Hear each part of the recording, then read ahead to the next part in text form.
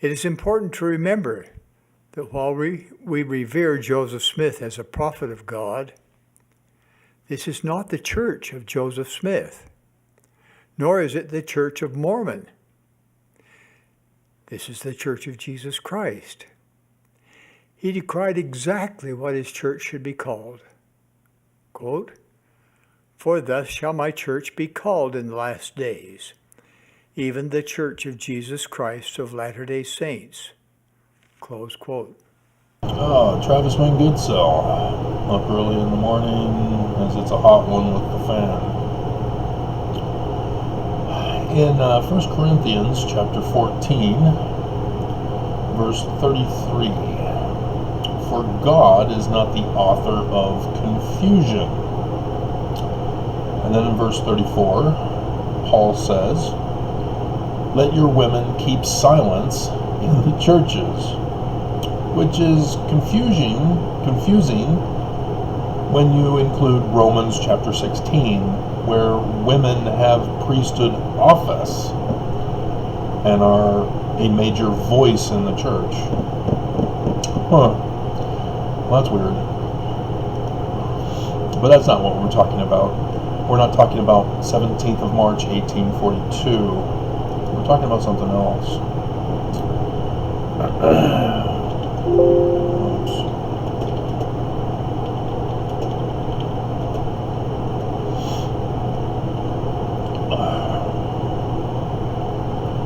Seriously, guys? Seriously?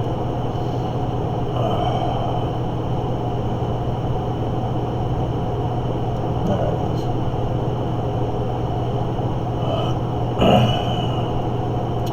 2nd Nephi, chapter 9.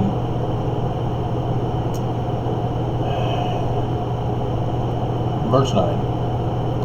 "And our spirits must have become like unto him, and we become devils, angels to a devil, to be shut out from the presence of our God, and to remain with the father of lies, in misery like unto himself." Secret works of darkness, secret combinations of murder, people who lie to cover up murder, under the banner of heaven, shall we say.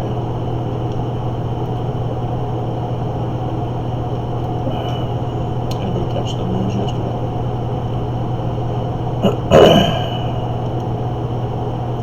So, as I was looking at the Joseph Smith papers with the Joseph Smith history, it took me several takes before I realized that it was not going to let me do a snapshot of Church of Christ when I hover over Church of Jesus Christ of Latter-day Saints. So I had to actually click on it to have a little pop-up in order to get it. This is going to be the thumbnail.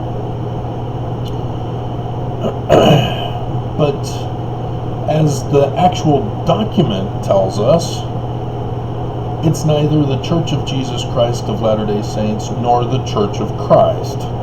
The actual name of the church that Joseph Smith uses in 1838 is the Church of Latter-day Saints. You see that someone put Jesus Christ of, with a little editor's note to have inserted in there to be what we now have it as. The original document, as we can see, everybody can see, has been tampered with. And you see others. I see down below, there's other stuff written in. It's difficult to see, but I don't know if I want to take the time on that to go over all the many editors' notes put in the Joseph Smith papers. We know that it was Willard Richards.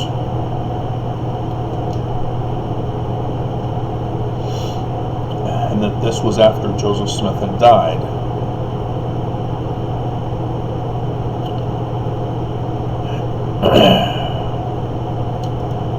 And so when we get to section 115, this is April 26, 1838. The Joseph Smith Papers begins 30th of August, 1830. Wait a minute. No, this no.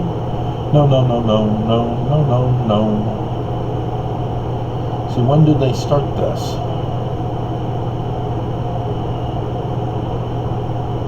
Oh, there's the, page 2.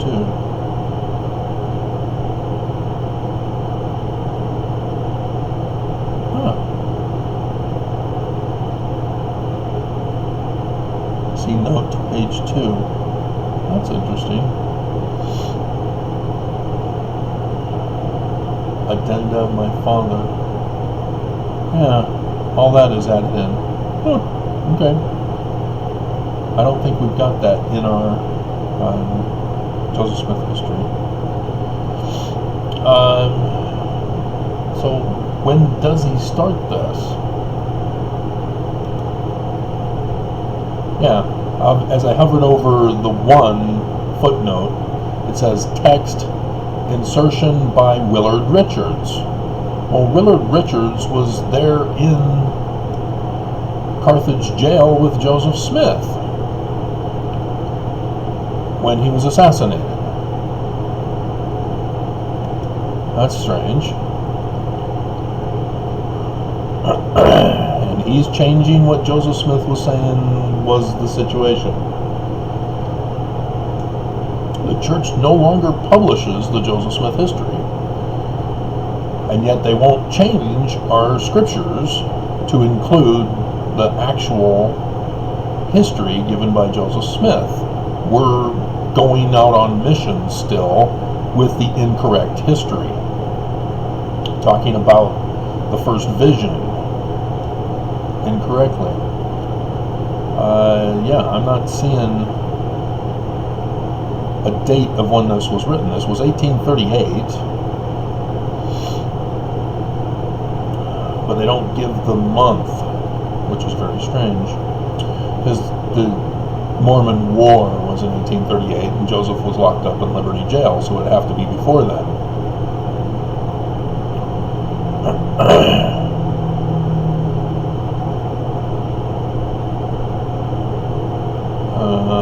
Where do we get the notes?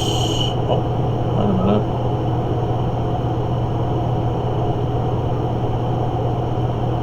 Our brethren in the new covenant. Okay. So, my goodness.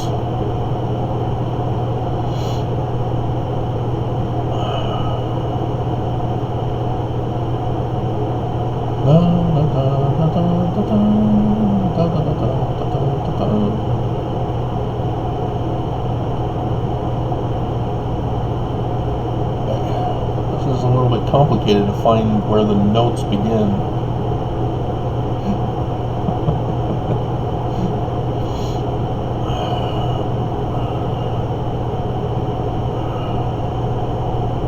There we go.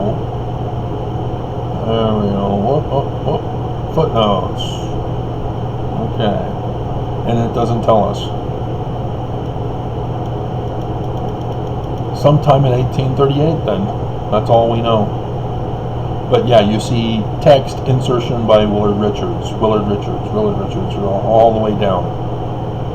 That's the whole thing. Willard Richards tampered with this, changed it. What is going on? And so why in 1838, in April 26th, when Joseph Smith is writing the official LDS church history, Church of Latter-day Saints, does he say in verse 4, for thus shall my church be called in the last days, even the Church of Jesus Christ of Latter-day Saints? When we know that's not correct, it would be the Church of Latter-day Saints. Let's check and see what Joseph Smith actually said. Doctrine and Covenants 115, Joseph Smith Papers. Revelation, 26th April, 1838. Alright, Revelation given to Brigham Young at Far West, April 17th. No, that's not it. April 26th is the section at the bottom. And we need to go to page 2. People of my church.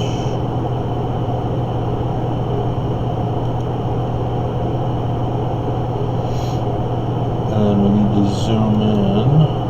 What? Gathering my saints upon the land of Zion and upon the stakes may be for refuge and peace poured out upon the city. Therefore I command you, all the world, for thus shall my church be called in the last days, even the Church of Jesus Christ of Latter-day Saints. Yeah. 26th of April, 1838, Joseph Smith says, thus shall my church be called in the last days, even the Church of Jesus Christ of Latter-day Saints. Right there in the printed section. So why? Why in the history does he call it the Church of Latter-day Saints? Well, obviously, Joseph Smith is confusing us. He's the author of confusion. Therefore, he's of the devil. And we should expect to see the inverted pentagram on the Kirtland Temple. But Willard Richards was the one who changed Joseph Smith history. So we should expect Brigham Young to have the inverted pentagram on the Nauvoo Temple, the Salt Lake Temple, Logan Temple, the Eagle Gate. I wonder if they have those. Should we check?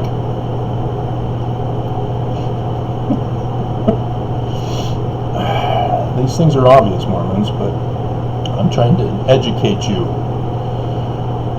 Because Exmo Lex did a video, I don't know how long ago, I just saw it yesterday, about Mormon Church is not a cult. And she rambled off the typical ex-Mormon, not Mormon rant that Joseph Smith saw Jesus, used a rock and a hat, and caused a lot of problems, was in trouble with the law, etc., etc. And thus, confusion, thus we shouldn't trust the church because of this. But what is the truth? How do we know? Well, you'd have to do research in the Joseph Smith Papers to find out that the original name of the church was the Church of Christ. When Joseph Smith founded it, 6 April 1830, it was the Church of Christ. We can even go to that.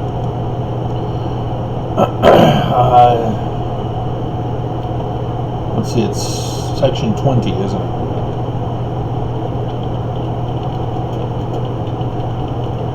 Covenants 20, Joseph Smith Papers.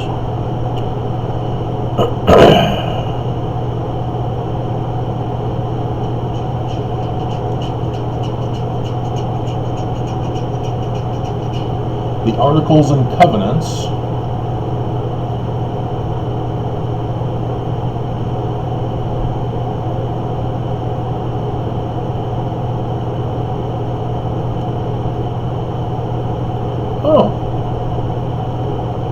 different.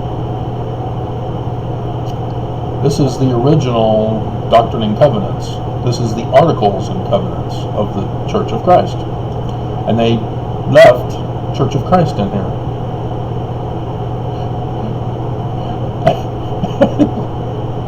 And when you hover over it, it says Church of Christ. This is not what I was looking for, but is something that I'm pretty sure I should have.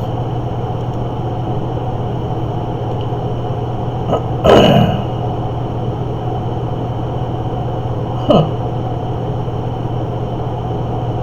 Yeah, Articles and Covenants that was first published is Doctrine and Covenants section 20. And it still keeps, the Articles and Covenants of the Church of Christ, agreeable to the will and commandments of God.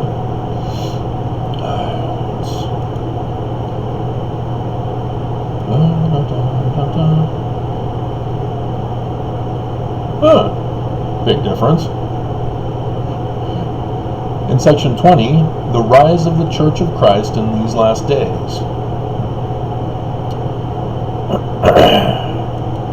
And instead, that whole first sentence is cut out. The Articles and Covenants of the Church of Christ, agreeable to the will and commandments of God. The rise of the Church of Christ in these last days, being 1830.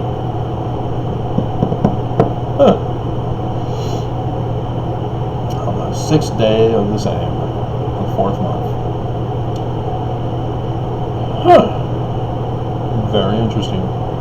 I should have this, but just in case, since the church released the whiteout on me, what were they thinking? What were they thinking? So yeah, I most likely have this. I'm going to isolate this to have section 20 as a separate record.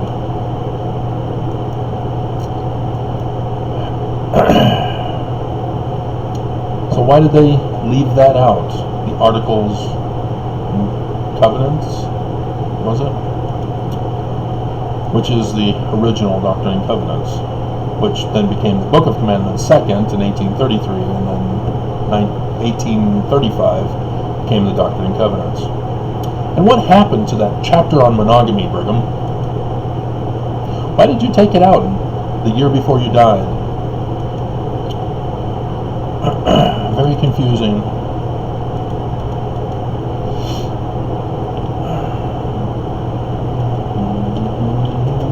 Section 20. Alrighty. So what happened? Now, to make things short, it was 1834. As you go through this, you do your research. You're doing your research, right, on church history. You're not just going with what people say and making mistakes, as Ex-Molex did. You know, it's not against her. This is a common mistake of both Mormons and ex-Mormons. They just go around saying whatever they've come to believe and refuse to do any research on this. I applaud Ex-Molex when she found old church history books about racism. That was hilarious. But to not do research on church history is screwing everybody up. That's why I'm doing this. And of course I'm up in the middle of the night, so that's what I was inspired to do. So this is how it went. 1830, 6 sons of fathers. None of the fathers were involved in the organization of the church. There were 6 sons. Let's see if I can find out all 6 of their names.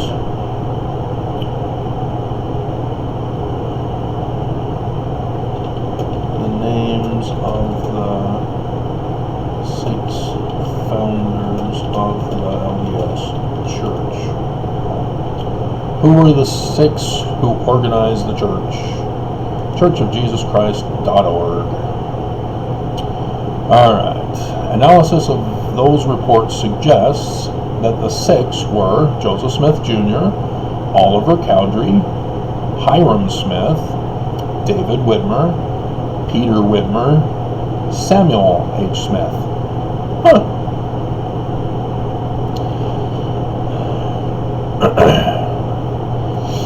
So, Joseph, Hiram, and Samuel, they're brothers. Okay. But then you have Oliver Cowdery. Well, he's the son of William Cowdery Jr., who's a cousin with Lucy Mack, the wife of Senior. And David and Peter, those were the ones that they were at their house when they actually wrote the whole Book of Mormon in a month and a half. Did you know that? It was just a month and a half. Let's see what the church says as to how long it took. How long did it take to write the Book of Mormon? Less than 90 days. That's 3 months. Why not say less than 60 days?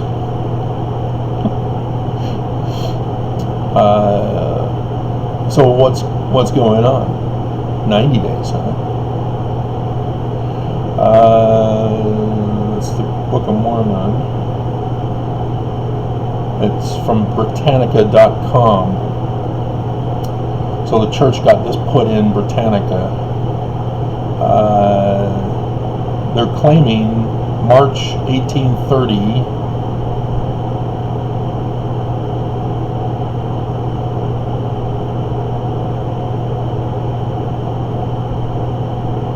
Is when it was published.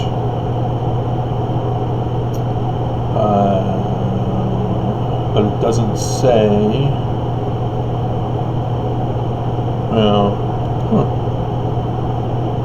Book of Mormon, Wikipedia.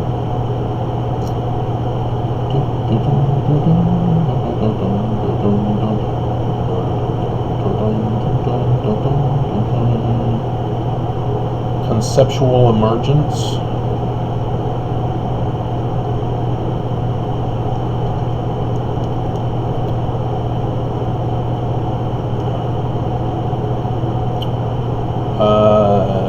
But in 1829, it was completed between 53 to 74 working days.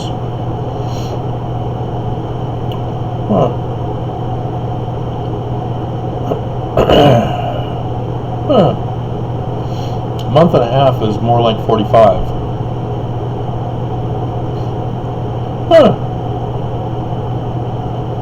Because, have you ever noticed section 10 in the chapter heading Revelation given to Joseph Smith the prophet at Harmony, Pennsylvania in the summer of 1828. It's 1829. Summer. 1829. Joseph Smith Papers. So what's with section 4, 5, 6, 7, 8, 9 being in 1829? Here, February 1829, as missionaries we all learn this. Section 4. Behold, a marvelous work is about to come forth among the children of men. They haven't even started to restart it. Remember, the whole 116 pages in section 3 were lost. Joseph Smith loses his gift to translate with a rock and a hat, which the church is now confessing that Joseph Smith had a rock and a hat. But who wrote the Book of Mormon?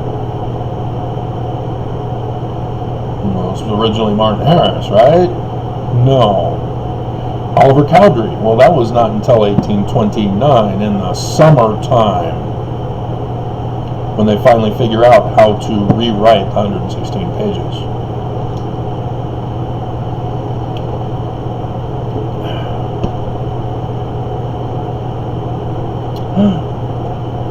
Yeah, Sidney Rigdon's the author. Linguistic Science. Mormons can't deny this. They have to explain it. Screw it. Fuzzy.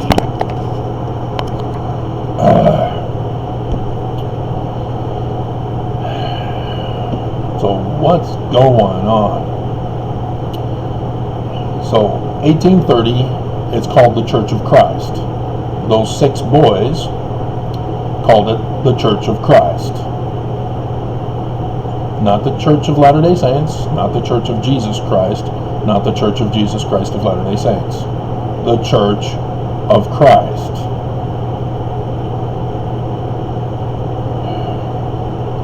So when did it become Latter-day Saints? In 1838. Well, it wasn't 1838, it was 1834. The Joseph Smith Papers goes over explaining that whole day. The leaders had a leadership meeting. Sidney Rigdon proposed a name change. They discussed it, they voted, became the Church of Latter-day Saints. So that's the process for changing the name of the church. It's not a membership vote. It was a leadership vote of all the heads of the leadership quorums. It was proposed, it was approved, they had a vote, the vote was unanimous. The name was changed. So what is Joseph Smith doing in section 115? There was no vote, there was no priesthood leadership meeting. Why then is he saying, for thus shall, which is future tense, which means it's not present tense, my church be called in the last days, even the Church of Jesus Christ of Latter-day Saints. And it's confirmed in the Joseph Smith Papers that this time it's actually the full title.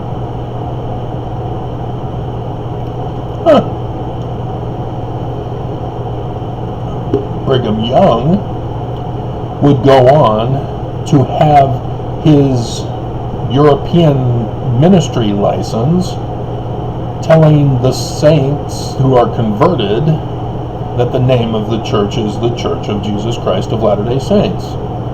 So when he's in Salt Lake City, after Joseph Smith is assassinated, where Willard Richards is in the room and he's the one who changes the Joseph Smith history, Brigham Young tells the converts in Europe to come to Zion with the Perpetual Immigration Fund. They don't go to any other church. Are you guys familiar with the succession crisis?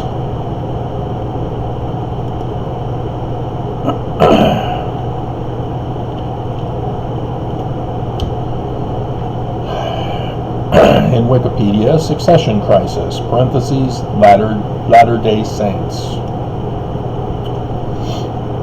This is church history, guys. The succession crisis in the Latter-day Saint movement occurred after the death of Joseph Smith. The movement's founder on 27 June 1844. Carthage Shell. Willard Richards was present. and after the assassination changed the history of the church.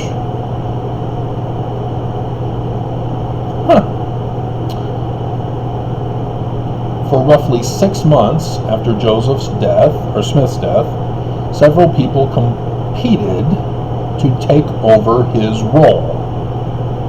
The leading contenders being Sidney Rigdon, Brigham Young, and James Strang.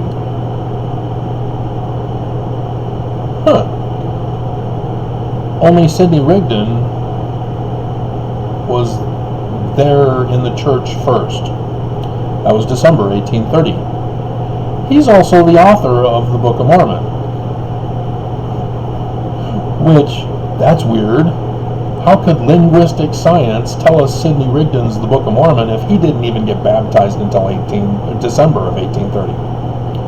He can't have anything to do with the Book of Mormon because he didn't know until Parley P. Pratt came and said, hey guys, these missionaries gave me this Book of Mormon. I read it. There's a couple of places where it looks like I'd written it.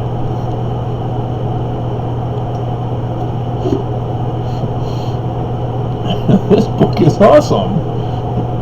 And then he joins. And then what happens? Sidney Rigdon is immediately put to work on the Joseph Smith revision of the Bible, the inspired version, as the Community of Christ calls it. Well, we call it the Joseph Smith translation. Joseph translated the Bible, not Sidney Rigdon. He was scribe. Are you sure? Because when we learn about Sidney Rigdon, he was a Campbellite Baptist and was in Alexander Campbell's church and left the church because Alexander Campbell only wanted to revise the New Testament, not the whole Bible. So he joins Joseph's church in December and is immediately put to work on a revision. Wow, that's kind of cool. To join a church and be able to fulfill your ultimate dream that you left the church for and had never accomplished on your own since that time, leaving the Campbellite church. It's almost as if he was working on some other project in the meantime. Yeah, exactly. He got paid. They didn't have any money to publish the Book of Mormon. That's why they got Martin Harris. Martin Harris stole 116 pages. They had to go into hiding for a year. It's not until 1829 when they say, we figured out how to rewrite the 116 pages. Took a month and a half.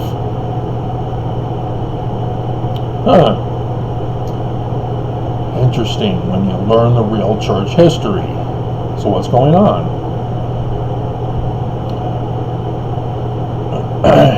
What is the process of succession of Joseph Smith when he dies? Was there no scripture?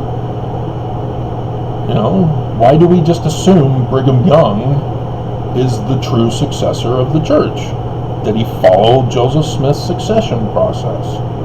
Was there a succession process? Is there anywhere in the Doctrine and Covenants, section 107, verse 22, that could possibly explain this?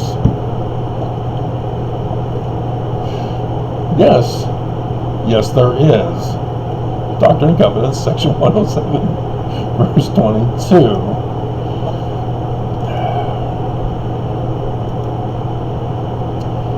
It was given March 28th, 1835. It was put in the 1835 edition of the Doctrine and Covenants. Everybody knew this if they were reading their Doctrine and Covenants. Brigham Young knew this. Sidney Rigdon knew this. James Strang? I don't know, he was a later edition.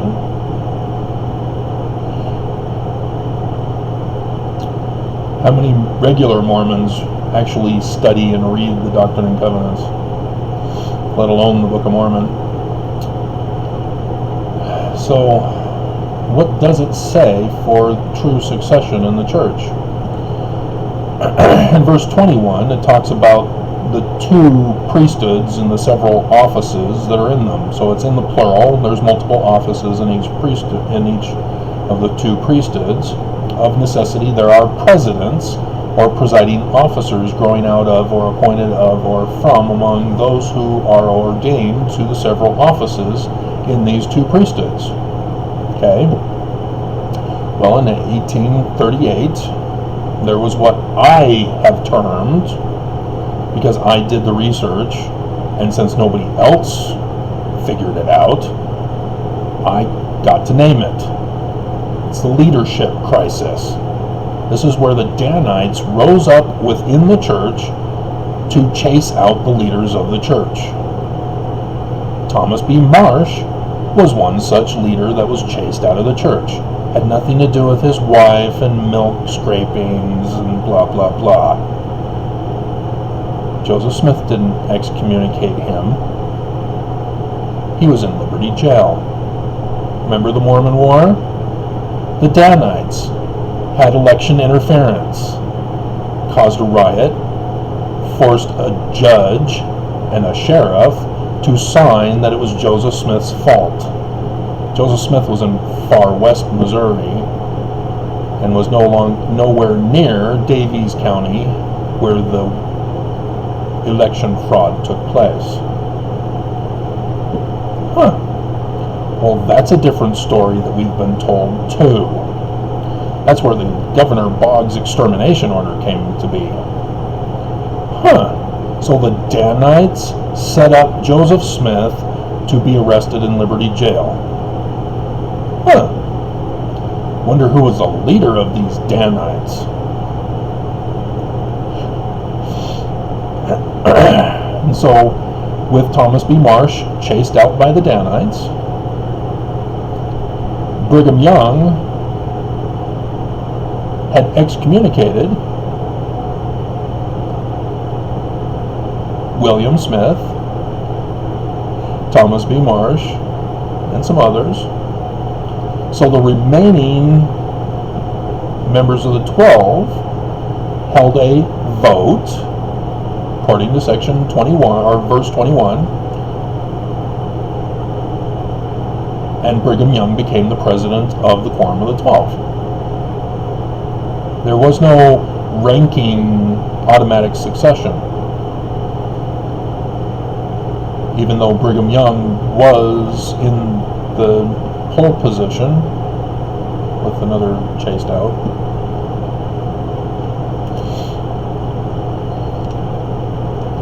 So Brigham Young knew how to do proper succession in 1838 during the leadership crisis caused by the Danites, who rose up within the church to overthrow the church in 1838 with election fraud, which wasn't on January 6th. It was a different date, but election fraud. It's interesting, Senator Mike Lee is involved and exposed in election fraud for January 6th, trying to overthrow our government. Well, he's Mormon. He's a direct descendant of John D. Lee, who was a Danite. And he murdered women and children. Mountain Meadows Massacre. Interestingly enough, on 9/11. That's strange. What a coincidence that is.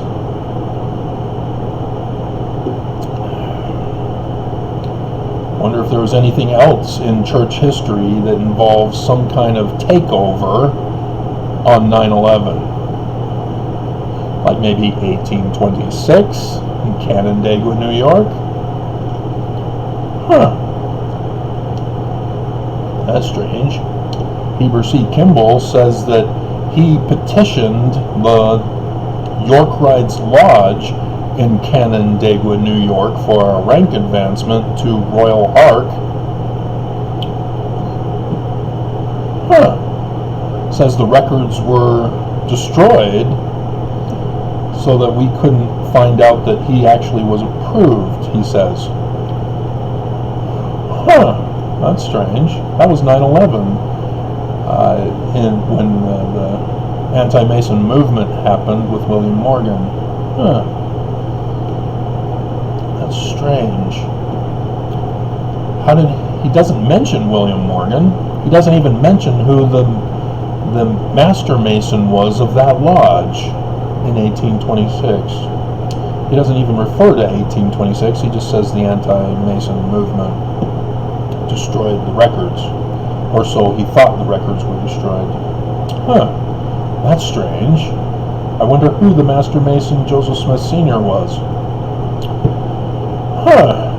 And William Morgan was working on a book, and he never got to finish the book. And that's strange, because Joseph Smith Sr.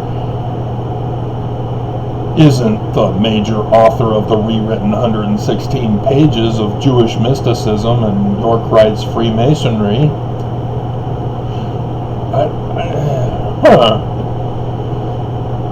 Very weird, because Heber C. Kimball was bestest buddies with Brigham Young as they joined the church together. After Brigham Young's wife died, because the church priesthood couldn't heal her, so he then says the church must be true on joining. That's strange. Most people would say, I want nothing to do with this church. They murdered my wife. Or they join for the purpose of overthrowing that church out of revenge. Huh. I wonder if there was anything to that. I guess we'd have to do our real church history research to find out. So verse 22 tells us how to succeed Joseph Smith.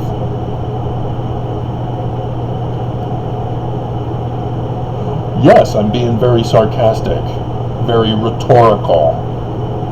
I've already done the research, I've already done the videos. The church wants me dead. Remember?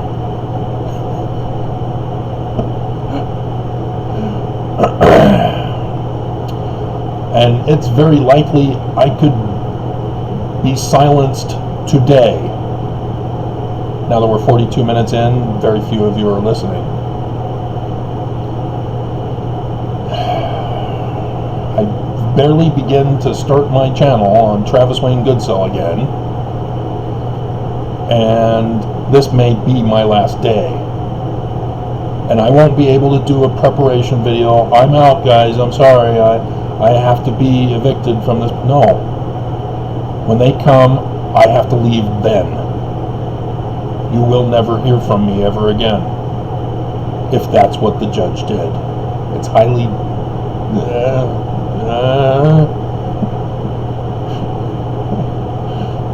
I'm living in fear alert right now.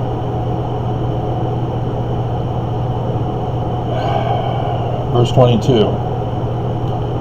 Of the Melchizedek priesthood, 3 presiding high priests. Well, that's different than 1 president, like Brigham Young became and was voted for. He didn't have counselors. It's just him.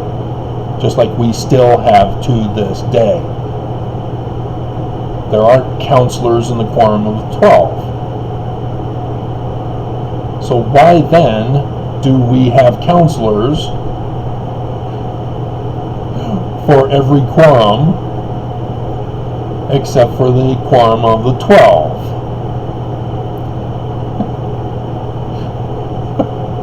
Verse 21 says 1 president for each quorum, no counselors. There's another passage that talks about counselors, but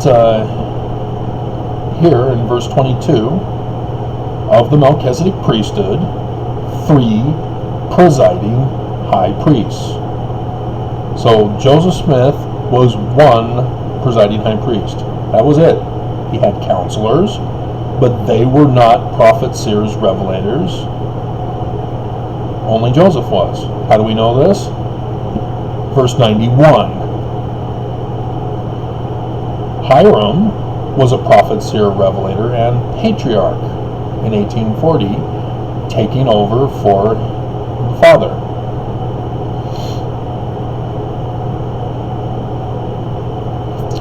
And here in the Doctrine and Covenants, Brigham Young was not a prophet, seer, revelator. Neither were any of his apostles. So why did he claim it upon Joseph's death and claiming that he was the true successor, when there was supposed to be a vote chosen by the body? All Melchizedek priesthood quorums are supposed to go in conclave. That's a Catholic term. You'll have to see Angels and Demons to know what conclave is.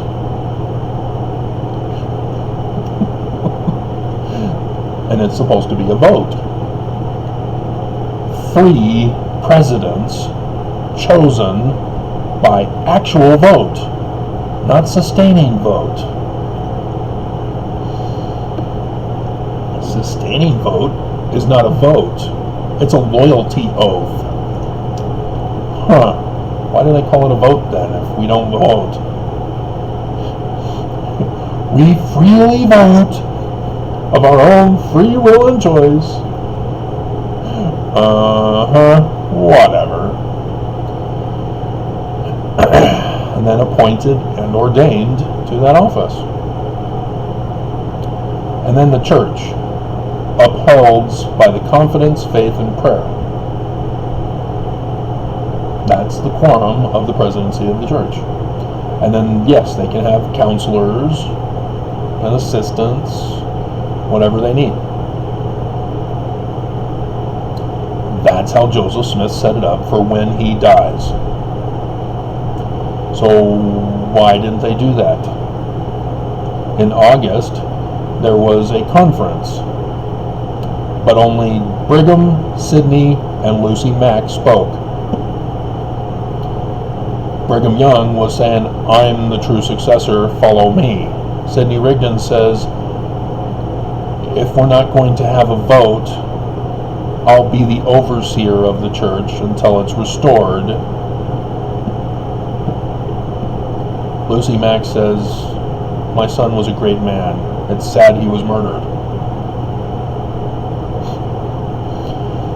And so who followed Brigham Young? Well, the Danites did. Senator Lee has been exposed now as a Danite, purposely designing to overthrow the American government, which is exactly what Thomas B. Marsh said his reason for leaving was. The Danites told him they were going to overthrow the American government and the world governments in the latter days. He wanted nothing to do with this. Strange. And also strange is that he was excommunicated on the 17th of March, 1839, while Joseph Smith was still in Liberty Jail. That's the same day as the organization of the Relief Society, 1842. St. Patrick's Day, when the British Druids created the myth of St. Patrick, which is his death day rather than his birthday.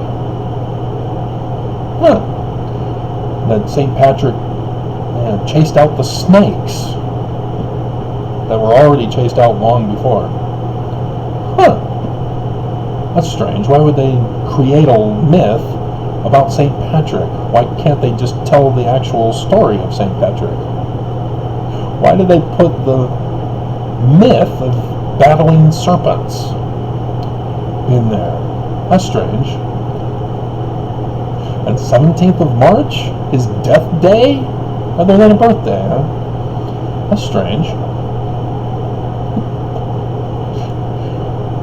Those British Druids were named sun gods, who worship the sun god,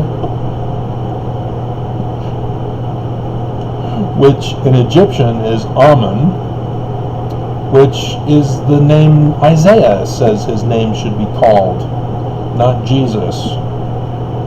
Emmanuel, the god Amun. That's strange. Wonder if Joseph Smith knew anything about Amen, the sun god at noonday, of the Egyptians, the learning of Isaiah Jew.